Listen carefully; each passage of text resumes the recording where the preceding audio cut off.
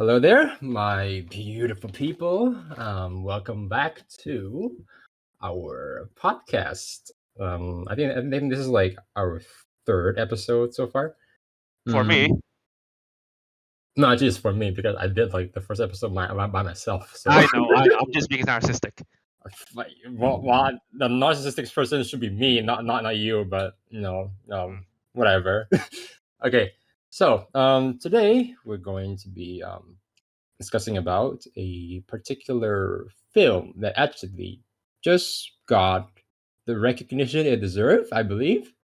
Um, and I'm actually very passionate to talk about this. I'm not sure for Billy though, but I'm assuming he probably has like similar thoughts, at least for the the the this movie called Dune, Dune, that was that got released. Wait, when did it came out? I think like a few. I Came out think this year. few. Even no, I mean it's this year, yes, but like in theaters, like what? A few months, a few years. Sorry, few weeks ago. If I'm Yeah. yeah. It's actually depend where you're from because the thing is they have a staggered release date. So, for Mm. example, in Europe they actually release all the way in September. In United States they got released in October. Oh, okay. Yeah. Hmm. Directed by Denis Villeneuve. Yep. Well, I think this is what I think we just refer to this one as the remake because for this episode we're gonna be talking about two Dunes. So the well, actually, I might be covering like so. Okay, maybe in total it would be like three. So there's one which is the one that was made by David Lynch back in 1984 with the same title, Dune. Then there's another.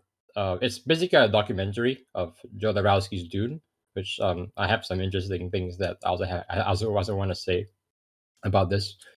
Then obviously this is like um the one that just came out and the one that people are kind of raving about online and even in like the indie community and like stuff. So yeah. All right, so I think we'll just start with the first the latest Dune. Let's call it Villeneuve's Doom. Okay, Villeneuve's Dune. There you go. All right, so I'll be asking Billy, what did you think about this Villeneuve's Dune? Well, I was really looking forward to it because Villeneuve directed one of my favorite sci-fi movie ever, which is Arrival. Oh, Um, okay. Hmm. yeah, have you watched Arrival, by the way? Oh, I love Arrival. Oh, I love Arrival. It's like one of the best thriller sci-fi I ever watched, and it's actually not all action-oriented, which is it's all about language. But anyway, that's another movie that probably we can talk about on another episode. So, Villeneuve's Dune, I love it. It's a grand tale of epic proportion. Although it's so grand that I understand why he has to split. Because by the way, the book is adapted from a book. Sorry, the movie is adapted from a book written by Frank Herbert in the 60s or 70s, was it? Mhm. No, even older than that. And the book is so long, right? I think it's 500 page, and I'm pretty sure it's the kind of book where even a single page is gonna take you a while. So Villeneuve have to separate it into two movies, which we are looking forward to in the future. But anyway, the first half of the movie, there's a lot of setup and build up, and it really tries to build the world in a coherent way and in a believable way, and the world feels completely different compared to what we usually have with Hollywood sci-fi movies. So it's not post-apocalyptic, and it's not like a simple tale of hero versus villain. It's very politically driven, but at the same time, it has a bit of this fantasy element. But not to a Star Wars level where practically Jedi's are space wizards, right? If you think about it. Star Yeah. Wars is pretty much like the way it was structured is like traditional black and like good versus evil. Nazis are the bad guys, which is Oh yeah, absolutely. Jedi is the good guys and stuff like that. So Well, I suppose Villeneuve's Dune, right? It's very practically you can feel like it's a good versus bad kind of stuff, but I think there's a bit of nuances here and there, and yeah, it's just like political struggle. Imagine watching. Okay, here's how I'll describe the political drama. Imagine like watching Game of Thrones when Ned Stark got sent to King's Landing, right? Yeah, I mean, think about it, right?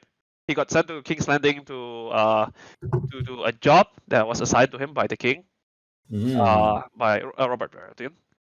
But in this case, the king is quite a dick, and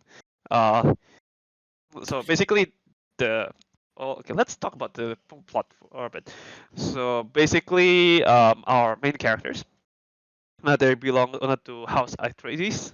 Yes, when I say house, it means like this whole family clansman, because rather than a democratic society that we have now, in the far future, it all goes back to good old feudalism, where there are yes, how far we have regressed. 10,000 worth of history.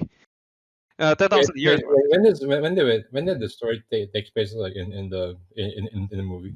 I think 10,000 AD, somewhere around there. Oh, okay. Yeah, far future. And yeah, it's like It's no like more democracy, huh? you did mention about the store, like this is kind of a okay. It's not a post-apocalyptic, but it took place like in the far future, so technically it is post-apocalyptic, right? Is it not? It really depends on how you frame it, really, because I think within the universe lore is that 4,000 years before the story is set. This is not from the new movie, mind you. This is something that I learned a little bit from David Lynch version of Dune. But since both of them are adapted from the same book, so I guess the background history remains the same. So I think there's a great war, wasn't it? I think remember you watched Lynch Dune as well. Yeah, there's a great war. Something about AI and like thinking machines, isn't it? They call it thinking machines, but let's be real, it's probably AI, and probably there's a giant robot war. Oh no, I think it's a religious war against the AI. Fun, huh? Religion dominates the state. But yeah, so it really depends on how you frame it. But I wouldn't call it post-apocalyptic because society is still thriving. It's just practically human drama, but it's not. They're fighting not just to survive; they're fighting to thrive. So that's very. It's a bit of both, because the thing is, I like in this universe that um so okay, if you want to do like any sort of trade or business, right?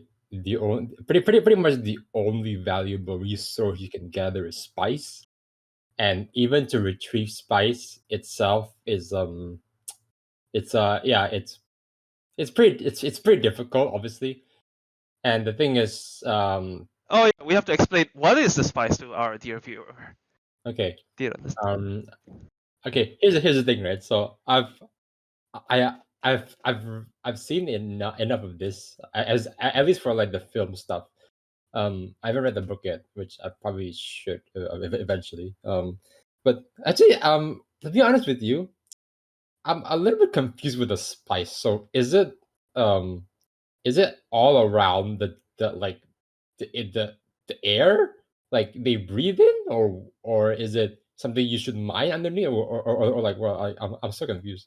You're correct. It's actually something you breathe in. And the thing is, it gets mixed up with the sand.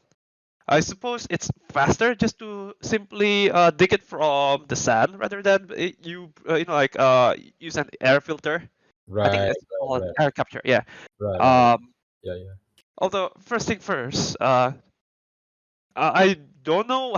Like I don't know about this from the source material or whatsoever, right? But I think I seen someone else talk about it online. Do you know how the spice is created?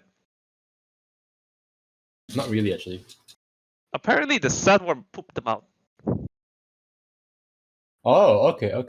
Something about that.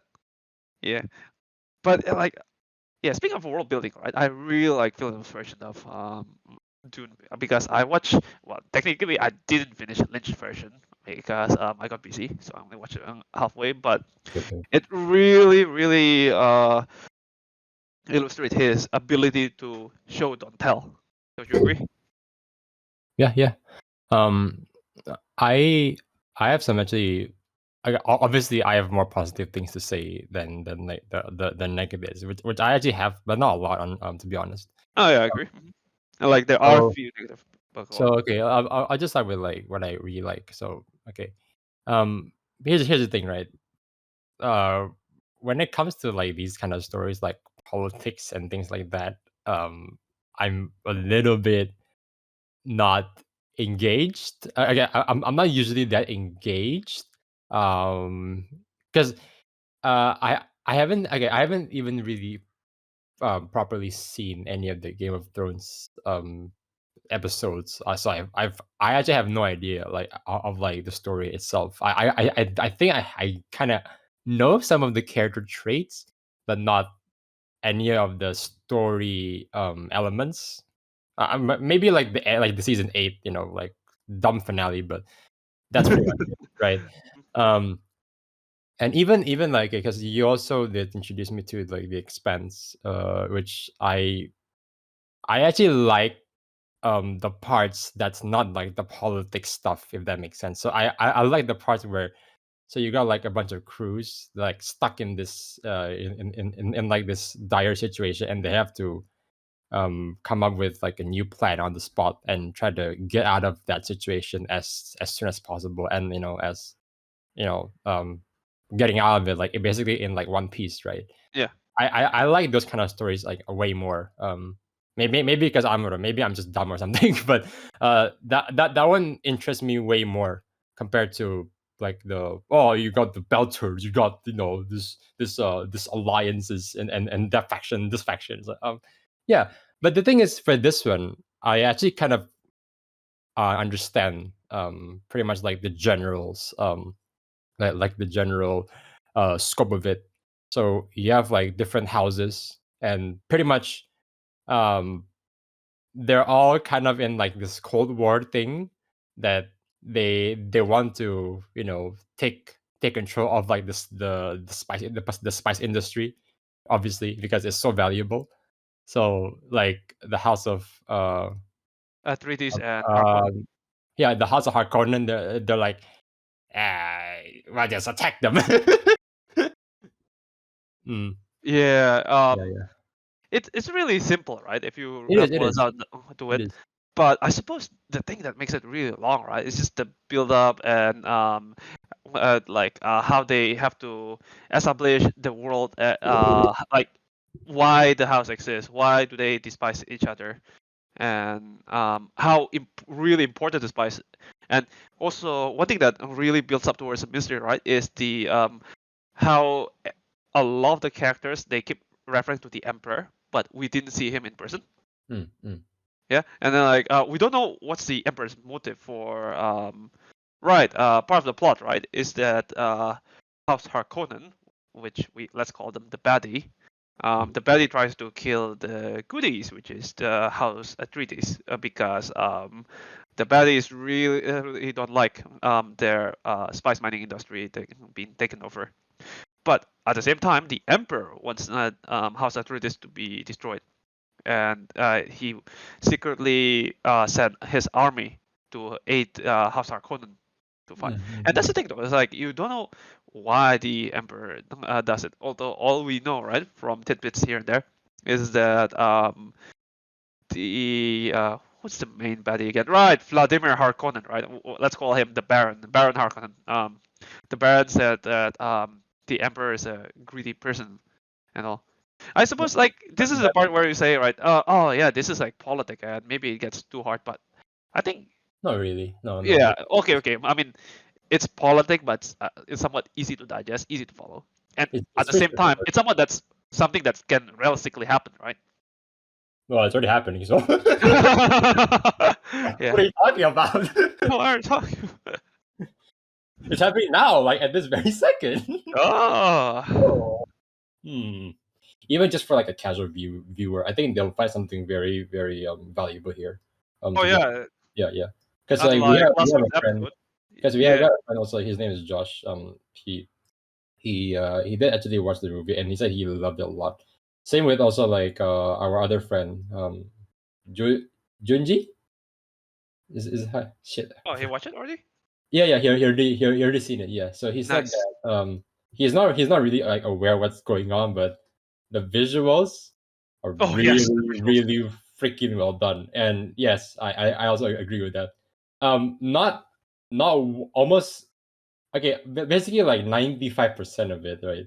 I'm I totally like suck into the world because the way they like the animation, the 3D render and everything, right? You don't really know which is 3D and which is not. That's the thing. So and the thing is that so I did a bit of research and it turns out so they actually shot on location most of the time. They shot in Jordan, Egypt.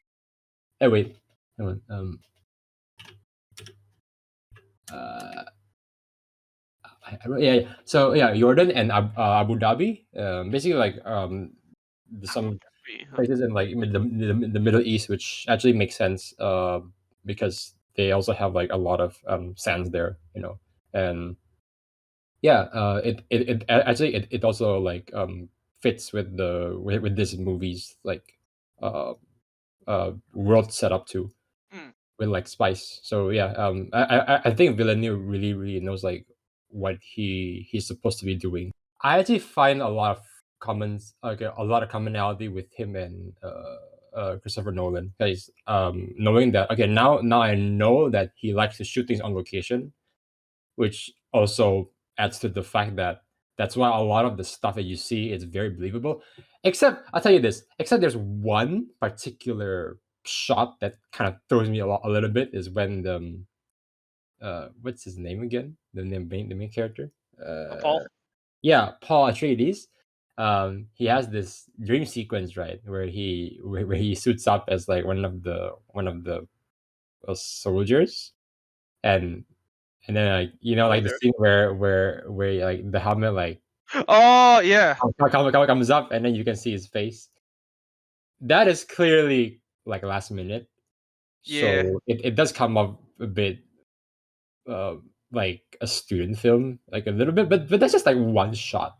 So it's not, it doesn't ruin the whole thing. It's just one bad shot that they kind of have to put in because it has to tie with like the whole narrative, which I'm okay with that. You know, it's just like you know, it's just like one mistake. You know, so it's not really a big deal. It's okay. You know, filmmaking is hard, and they're also on a schedule too. So yeah, I do agree. Like mhm, the movie has this like epic proportion kind of feeling, right? But yet at the same time, you can tell that there's a bit of like one or two mistakes here and there. That is, I suppose it's because the movie is so good, right? In terms of audio and visuals, 90% of the time it's so jarring when you notice these mistakes. Don't you think? mhm, Yeah, yeah. because I think another one that I find it outstanding, yet I do find some of the instances feel weird. You know how the combat here work, right? Where every single soldier they use this shield that blocks any fast moving attack, but they still let through slow attack. So because of how the world work, right? That's Yeah. why there's barely any gun because you see there's an instance where Duncan got shot with a dart, and then like because the shield slows the dart down, he had the chance to deflect it away, and Mhm. that's why every fast-moving blade, whenever there's a strike, what you do right is that you actually sometimes go towards it, so the strike gets even faster. So that's how your shield blocks it away, right? But that's the thing that I find it's so cool, but I find it a bit a downer because I pay attention, really close attention to most of the fights, right? You can see like so for the most part it's actually reflected very well because of how the shield work, right? That's why a lot of the fighting choreography involve grappling, because like you want to slowly push your knife to your enemy, but the only way for you to do that is to hold them still by grappling, right? But there are instances where I can clearly see that someone got killed by a fast strike, which should be possible, but I suppose probably they missed it during choreography. Yeah. I don't know what happened during production. Maybe they just missed the memo. Maybe nobody paid attention. But there we have it. So yeah, that's the thing. It's like the movie is really good, but I can't give it like 100%, 10 out of 10. Maybe like more like at the highest 9.5. At the highest. 9. Okay. Yeah. 9 or 9.5. But yeah, there's just like this minor issues, and yeah, that kind of mar the perfection of the movie. I What think call it what I like from Villeneuve is that so he knows that okay, Momoa cannot act as great as Timothy Chalamet or Josh Brolin, like they can they can become like a different person. No. So what he does is like, okay, hey Momoa, I got a part for you, Duncan Jones. Just just memorize your lines and just wing it. Just do whatever you feel comfortable like with the material. It's all on you, man. And then one was like, all right, man, see you later. So I think it's okay because his role is not very big, to be honest, because he's obviously not the main character. That's why Timothy Chalamet, right? Is it okay? I'm not sure if it's the word like engaged with the source material as much as I would expect for this kind of person. I don't know, but say much about that? it's like there's something. It's like I like his version. It's just that there's like this one thing that I think if you work on it a little bit, I think it would be very very fucking good. But I'm not sure which part is it. I'm still wrapping my head around that. But his performance is still very very good though. Like honestly, it's still really really good.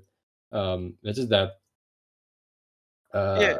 uh Maybe the fact that his character is very passive, so we haven't really seen his true potential on what he can bring to the table, right? yeah. Yeah, because like that's practically his whole character arc in this movie. Is that he sees he's seeing vision, and then he has all this responsibility trusted upon him, and he's trying to survive. He's just practically do whatever it takes just to survive. Yeah. Yeah. So that's not really like something heroic yet, wouldn't you think? Because hasn't beat the bad guy yet, and he only faced minor challenges, I should say. I mean, he's 5. well. Okay, I'm pretty sure in because all right, just to be fair, this is the first part of the Dune duology, because like you said, this is gonna be in 2 parts. So this is part 1, and I think part 2. I think they're gonna be starting to film next year around January. Yep. If I'm mistaken. Yeah. So part 2 I think will come out around end of 2023. I'm pretty sure. So yeah, I can't wait for that. So basically, for that story, Yeah. like, yeah, because like for that story, I kind of already know what's gonna happen because I've already seen the Lynch version. So I was like, yeah. So that particular, okay, like part 2, that's when he has to show his like his true potential, and I'm talking about both Timothy Chalamet's like what he can bring to the table and Paul Atreides, how is this Paul Atreides is able to overcome like all these crazy, shenanigans that's he's gonna face. But yeah, okay. So this movie, the composer is Hans Zimmer. I'm not that surprised. Oh yeah, a bit Yeah. of tidbits on this one, right? Hans Zimmer is so excited to work on this project. Yep. He missed out on Nolan's Tenet. No. He actually he basically pretty much like ditched it. Like screw What this. do you mean? So he actually was composing for Tenet, and then he just stopped halfway through just to work on this. Okay. Is that what you mean? I didn't know. I didn't know he already worked on it, and then like so it's okay, Mister Nolan. I'm going to work on this. More. Because I like it. It's okay. It's okay. You can here's my apprentice, Ludwig. He'll do the job just fine. Yeah. You know, honestly, I did not know it's Hans Zimmer composed the score for Dune, right? And like, why has this familiar feeling to it? And it really, and every time his orchestra blaring through the speaker, right? I have goosebumps because it's also paired with awesome visuals. Okay. Here's the thing that I actually don't really like the fact that like there's so much bass. I think a little bit too much, to be honest with you. And on top of Compared to before, on top of the bass, right? There's also like this female choir chanting from like time to time, even in like scenes where they're literally marching down like in the like in the ending where they're just walking down through the this like canyon. It's like they're just walking, bro. What the heck? yeah. It really reminds it really does kind of give me like this Vietnamese Vietnam flashbacks of like in Justice League, Zack Snyder Justice League of like Wonder Woman. Every time she's on screen, there's gonna be those like female choirs like like, oh no, stop, no. I get it. Okay, I get it. Like good, yeah, Wonder Woman's awesome. Like come on, like just no. Pick at least okay. Either you put some music like very subtly or you just don't. Because if you even okay, like the few times I think it's like maybe like 2 or 3 times, like, I think it's okay. But when you start to do like the fourth time, I start to get really annoyed. Which I'm pretty sure they did it more than 4 times. Um, so yeah, that's actually a bit distracting. But then again, I mean it's a creative, no, just a creative input, more than an actual like valid criticism. Yeah. All right. How can we talk about Dune all this time, but we haven't touched anything about the Fremen? Um, I think the only thing I admire a lot about the Fremen is their recycling water suit. Still suits. Yeah, they're recycling still suits. Yeah.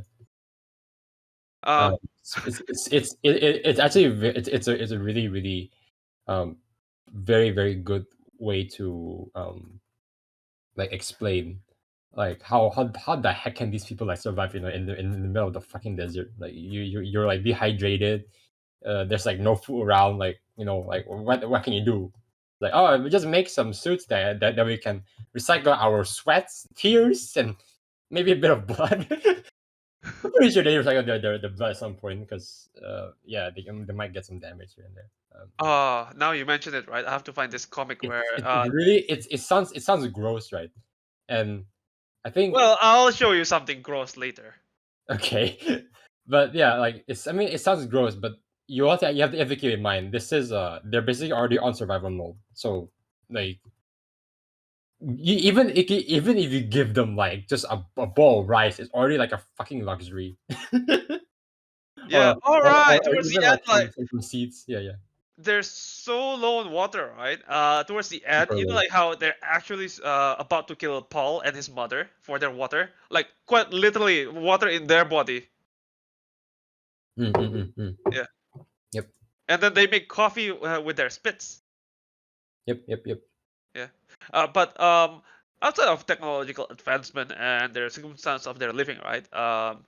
They're practically the oppressed people because the outsiders want their spice, which I'm pretty sure Frank Herbert based them on Bedouin in Middle East because oil in Middle East. Oh, we have to grab them all, and then like but what about the native? Screw the native. Screw the Bedouin people in the deserts. I think. Jackaloons. Okay. Worship Jack. I think. Do you have anything else to say about this? Because I think we need to talk about the latest version. Oh no, I'm Woo. done. All right. All All right, right. Let's start with Ninja Boy. June 1984. This came out in 1984. Oh boy, this is a this is a very interesting movie. I can already tell in the first 1 hour. Here's the thing. So right off the bat, right? It's okay because it's a different director, and it's also made at a different time with different with like different conditions. Um, Obviously the result will be very, very, very different despite adapting from the same source material, right? Um, but guess what? You know what? I actually like this one too. Well, not as much as the new version, but it's still pretty good. Mm. Uh, yeah.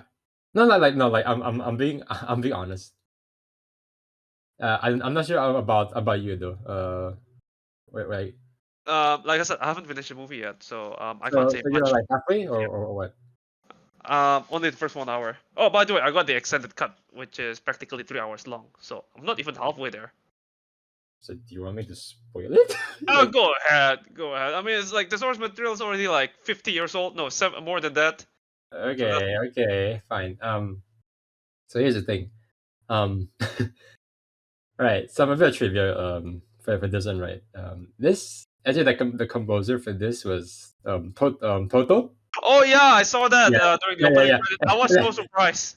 yeah, It's yeah, like, yeah. is it Like when Toto I who made Africa? yeah, yeah, that Dun, Toto. dun, dun, dun, dun, dun, dun, dun, dun, I'm dun. in Africa.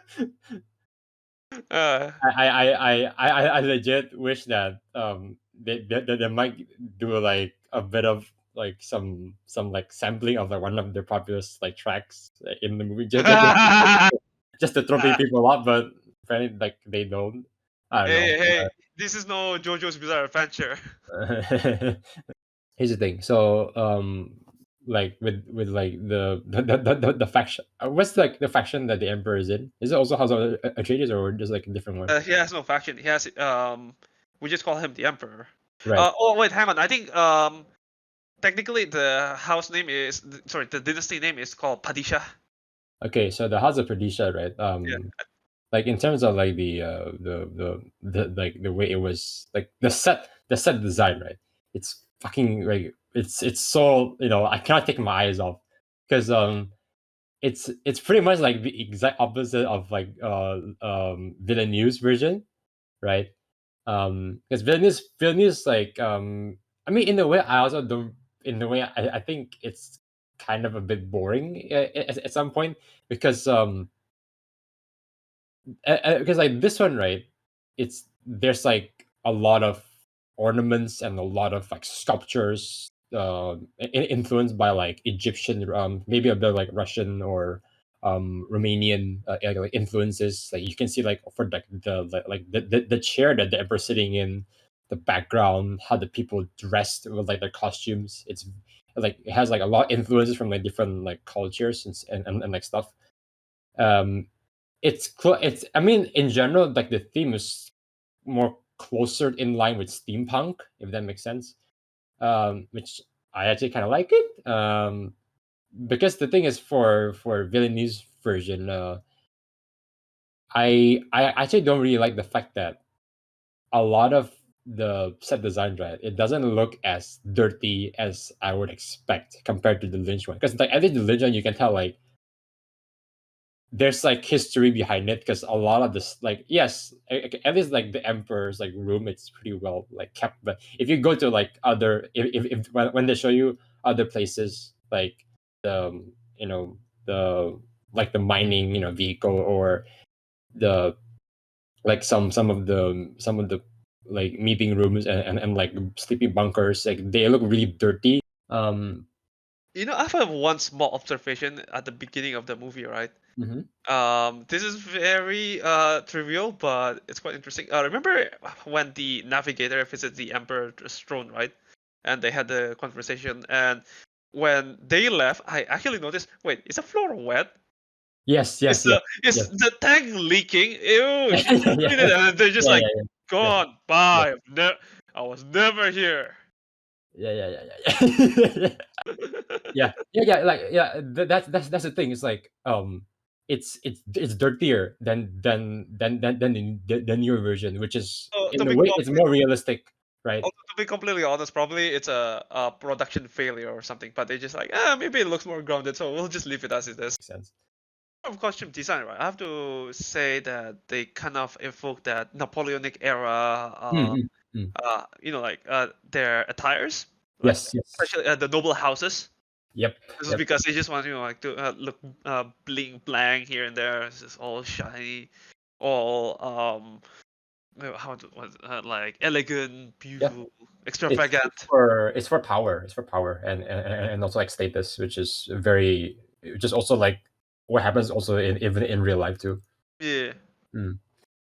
And also the thing is like there's a lot of Shakespearean like dialogue that because I was actually watching it, believe it or not, with my brother, even though he's not really paying attention. He's like playing Minecraft in the background, but I don't care.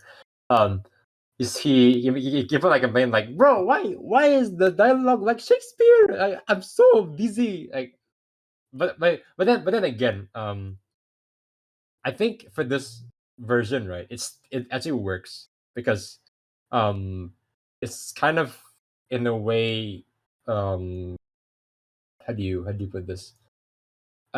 It like adds to the factor of like this otherworldly feeling that it's not like on Earth or anything like that, and it's super super far beyond what we're familiar with. I wonder if I they like it. I like it. actually I wonder, right, if the movie is more popular than it was, maybe like to like gets into the general consciousness of your average moviegoer. I wonder Mm. if other movies will follow their example. Where they have this kind of like Shakespearean quality, and they also have whispering voiceover for whenever they're thinking of something. I think no. I think back then it's pretty common. I would say it's pretty Like common to be honest with you. watch any of other movie where they actually whisper their own thoughts.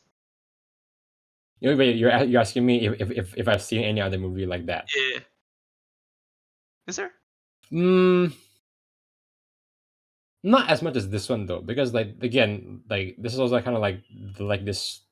Not really a problem. It's like just like their own gimmick that Lynch and Villeneuve just had to like deal with. It's like okay, we have to kind of explain some of the stuff like through voiceover, like it or not. We don't have like any other option. Yeah. So I think I'm okay with that. Um, But mhm. you're right. That's a gimmick, and it's a product from the '80s. So probably if I did watch it in the '80s, maybe I'll think of it differently. So I probably shouldn't like criticize it too much. I'm looking at it in like a more open minded perspective. So it's like okay, I want to see this as like as its own thing. I mean, maybe I might compare it to the Villeneuve's version, but the thing is, it's such a different version that I just kind of like okay, you know what? There's no point for me to compare this to that like, anymore because it's such a different like it's like comparing uh Joss Whedon's Justice League versus Zack Snyder's Justice League. Obviously one is better than the other if you see a comparison. But the thing is, they're already both very different in their own way. Can you say Despite that Film's version is better than Lynch version? Because I'm not saying that Lynch version is objectively bad. I'm no, just no, saying it's not like it bad. has a No, completely different style because you said earlier, right, that Whedon's version and Snyder's version of Justice League and you say one is objectively better, but yep, for this, yep. it's just different experience, different style, different flavor. All right, about the shield, right? Oh boy, this version of the shield, yeah, it's not great. But again, it's the '80s. I don't blame it. At least at that time, it was. I'm pretty sure it's very very good. But man, they could have just come up with something else. Hello? I think it's just matter of like who's in charge of the visual effects, right? And it's just their creative take on it. I gotta say that Villain's version of the Shield is much superior in terms of aesthetic, and I don't think it's not a technical impossibility back in Lynch version, because I watched a Corridor Cruise take on the visual effect of Dune, and it's all they need to do is just practically have a draw offer. But the thing is, they take it all the way into Lego Man or Roblox Man, whatever you want. No. Lego Man is like you can still see Lego Man as Lego Man than this Lego Man. That makes sense. Don't compare to the Lego movie. No. Those are two different things. No. Yeah, but Yeah. we should still give credit where it's due because it's their creative take on it, and maybe I don't know, like maybe if such shield realistically exists, maybe it will produce that kind of effect rather than as you said, the sterilized version of Villeneuve's version, because after all it's supposed to be aesthetically pleasing rather than realistic, I suppose. Maybe. Even the Villeneuve, I think that one's way more practical, right? Because the thing is, like, you never actually know if the person has a shield or not until you actually attack the person, right? I think in that universe, right, it's just you just assume everyone has shield, so you fight in a certain style. Yeah, I mean, obviously you need to take some creative liberties because, like, some stuff like elements from the book you cannot translate it um to like film, or even sometimes like animation you also need to do that too, which is normal. But yeah, okay. I think I don't really have a lot to say with the negative stuff that's already been said in the past. Many people, a lot of people say that, yeah, the special effects is dated. Yeah, like what's his name? Kyle MacLachlan is acting. It's pretty kind of stiff. He looks like he doesn't really know what he's doing, and like stuff. So it's like, what else? Yeah, especially even okay, spoiler alert, right? So the second half of the movie, which is which is like the part that Villeneuve is basically now in pre-production. That one is very, very rushed, super rushed. And obviously because of that, so it it does hurt the movie as a whole, because it's yeah, I guess, like, if you look at it, if you look at the movie, like, from like start to finish, like when the part where Paul met the Fremen, that's basically when the movie just completely, well, not completely, but mostly falls apart. I see. Because they have to cram in like all the stuff that was in the book as much as possible, which is, even if 3 hours, I don't think is enough. I don't think it's enough time. You need to do like two movies at the very least, each for like two and a half hours, which is the case now for Villeneuve. Well, good for him. But yeah, oh yeah. Do you know that this film, right? Ridley Scott actually was supposed to be directing it instead of Lynch. Do you know that? That's interesting. Yeah. So imagine like some other, like, some, I don't know, the freaking multiverse. Ridley Scott actually made this movie, and I'm actually kind of curious, like, how would that turn out? Because the thing is, H.R. Geiger, right, the guy who worked on the Alien, like, designs, and like this, like, pretty much like the prop and the whole visual production. He's also set to um yeah, he's also like set to be like the visual designer for this, for like Dune. But I think at some point, there's yeah, because like really, because like he's Ridley Scott's like wingman pretty much. So what happens is that Ridley Scott actually left the production, left the Dune production because of a family tragedy. His brother, I think he died or something. I'm not sure why. I But see. yeah, he died, and I mean, like, it's, yeah, it's like similar to Zack Snyder's, like, tragedy. That's why he led the project for like a while and had them to deal with that stuff.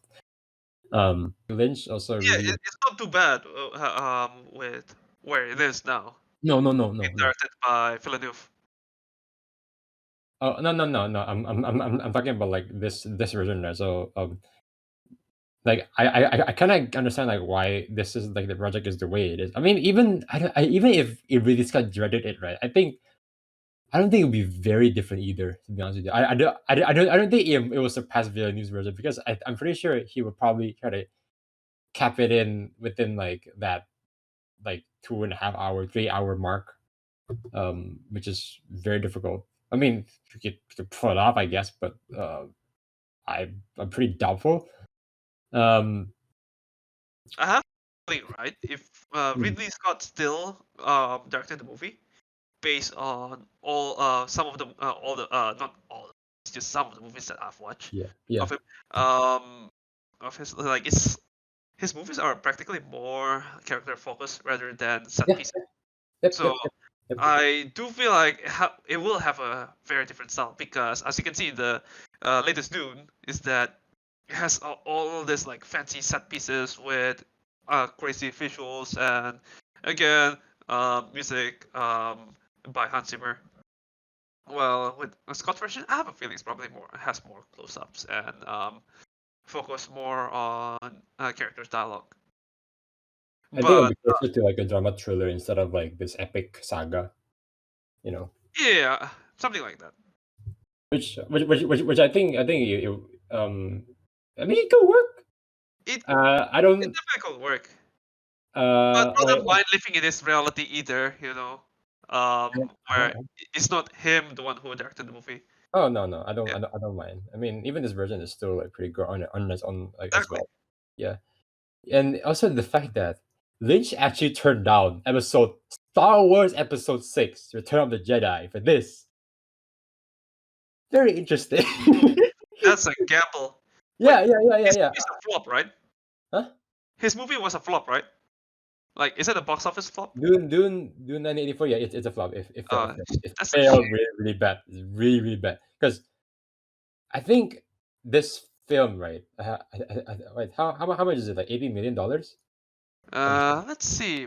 What is Oh Wikipedia? wait, never mind. I had notes here. So it's 42 million back then. So basically, if it's Oh, if we try to make it like equivalent to nowadays, it's closer to $99 million or probably $100 million, like around that. So it's around the same budget with Justice League, around there. Maybe not as much, but still, like yeah, like that's already like a AAA title, you know. oh boy, Yeah, 142. yeah, yeah. It's a lot of money. That's a lot of money. Engine. Remember, there's like this scene where the rabbit eats this frozen dead cow. Rabbit? No, no, no. There's a so Hark the Harkonnens is like pretty much like his bitch. I Oh, mean, you mean the spider, the black spider thing with human hands? no, no, no, no, no, no. So in the Villeneuve version, is Dave Bautista's character, but Uh-huh. in this version, so um, he likes to eat a lot, and there's like this one particular scene. I think is in the second half, so I think you might not even know. And so basically, it happens in the second half. There's like this scene where he eats like, a dead cow, like a dead cow's meat, Bruh. and apparently, it turns out that he actually ate an actual real frozen dead cow raw. It's like, okay. Um, yeah, I'm not sure. Okay, to be fair, it's not chicken, so I don't think he'll get like any kind of like some stupid disease or something like that. But it's still like not sterile. And then tune back for the extended cut. Uh-huh. Okay, I'll just briefly run through this because you haven't seen it yet. So what happens is the documentary is basically talking about so there's this really passionate Mexican guy called crap, what's his actual name? Okay, Uh, his name is John the Rouse Mario? see. Alejandro Jodorowsky. Yes. He's a very passionate man who wants to do like he's like I'm very very passionate to I want to do Dune. It's I want to I want to make it. It's such a special thing, you know. So what happens is he is able to signed like a contract with like one of the producers in America, and they're like, you know what, guy, I like your passion. You do what you want, you know. And they just given like all this creative freedom, which is actually pretty. It's not actually very. Actually, no, it's pretty common like back in the 70s, because this movie technically like it's supposed to be in production like, in the 70s. So yeah, so this actually is technically it's older than Lynch's version, right? But boy, okay, I'll send you this link. That okay, so that's the concept art book that includes like all of this, all of the like character designs, models of like the ships, the buildings, and like all these different things, right? It's actually kind of how do you say this? I would say it's more colorful than the Lynch's version, which I think it's a kind of a problem, right? Because and what I mean by colorful is like it's not like there's too much color. I mean even the Lynch version has a lot of like color going on, but this is this is just I don't know, like the for some reason it just doesn't match with like the tone of the source material itself. The source material is supposed to be more like it's pretty, it's kind of grounded, you know, in some on like reality. I mean, like minus the fact that people can use like their voice to um mind control somebody, similar to like in Star Wars where you can like do the Jedi mind trick. I think that's how they got the inspiration. I gotta stop you right there because maybe aesthetically it'll make sense to make it, like to make it more bleak, because that's practically the whole tone of the original book. But I think in terms of color, it might be all that colorful and all, because if you really think about it, that's practically how knights back in the medieval era dress. They dress in all this colorful clothing, not only just for the blings, but it's also served for a practical purpose to differentiate uh, between friends and enemies, uh, oh, just to right. identify themselves as coming from a certain house. And the funny thing about those Roman statues Mm, that we see pictures of, where mm. it's like, oh, it's porcelain or ceramic, or it's made of marble. It's all white and pristine. In reality, they're actually colorfully painted back in the days, like thousands of years ago. It's just the paint erodes over time. Yeah. So I'm not surprised if it's colorful. I think it's still sensible, although maybe as an average viewer, it makes it like, what? You know? I think okay. Another thing is that like okay. To be fair, right? This guy, I think he just kind of like read the book once, and then he's like, okay, I'm gonna make Dune. He didn't really thought of like much about like the material itself. It's like okay, so oh okay like okay Paul Atreides is like okay what is this character supposed to look to look like, to act?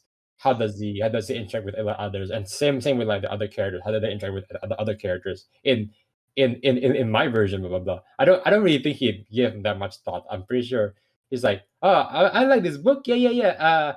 Let's yeah, vámonos. Let's make a movie now.